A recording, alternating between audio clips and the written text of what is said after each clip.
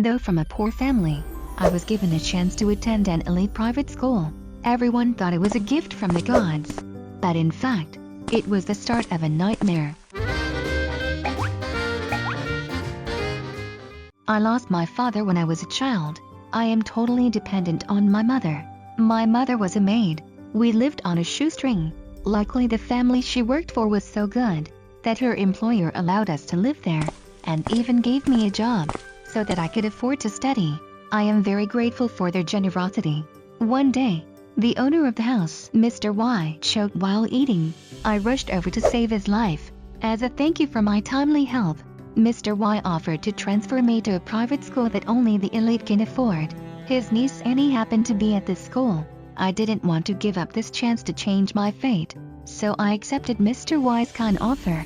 However, as I arrived at the classroom with my cheap, worn-out backpack, I realized how naive my decision had been. Everyone in the class was dressed beautifully.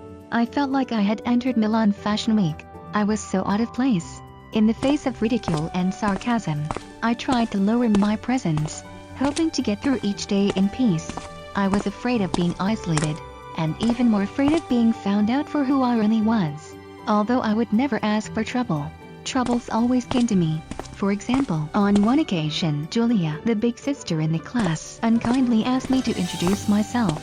Luckily, Annie helped me out. She told me that if other students knew I was different, I could be tortured by them. This oppressive atmosphere was suffocating me. I even wanted to back out, but I thought of my mother, who had worked for me all my life. I knew that I have to keep on fighting for the future. But something worse happened. Julia's brother, Seville, came up to me. He was quite handsome and looked charming, but what he said to me froze me. Yes, he knew who I am. He met me once when he went to Mr. Y's house. All day long, Seville had been looking in my direction. It made me feel frightened. I told Annie about this. To help me, Annie brought me lots of beautiful clothes, bags and jewelry. I thought that with all these fancy dresses and jewelry, I could spend my quiet study time like a normal student. But I was obviously wrong, because Julia wasn't going to let me off the hook. She told me that every new student would have a party and invite everyone in the class to come along. I was no exception, but with my family and status, how could I possibly do that?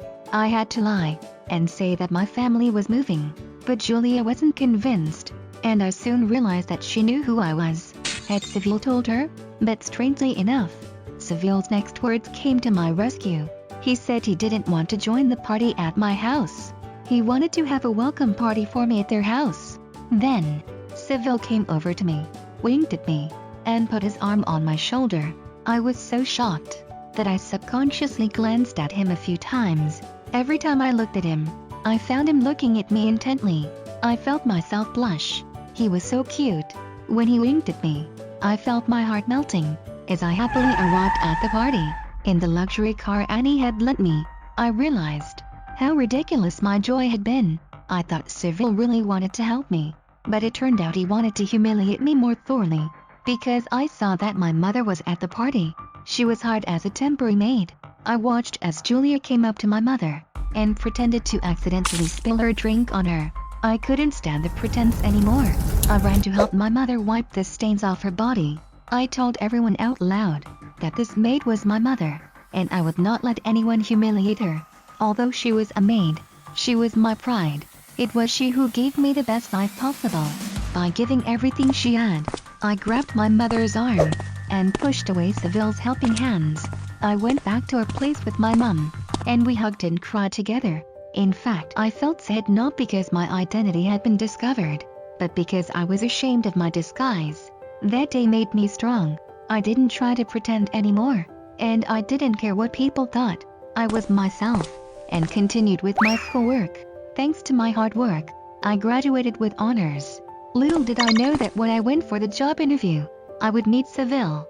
He was my interviewer, and the CEO of the company. After the interview, I left immediately. Wouldn't be able to stay in the same company with him. As I was walking towards the lift, I was stopped by Seville. He told me that Julia had set up the party, and that he had been kept in the dark.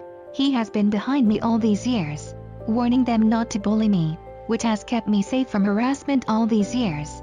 Misunderstandings finally cleared up after so many years. We looked at each other and smiled. In his eyes, I saw our future.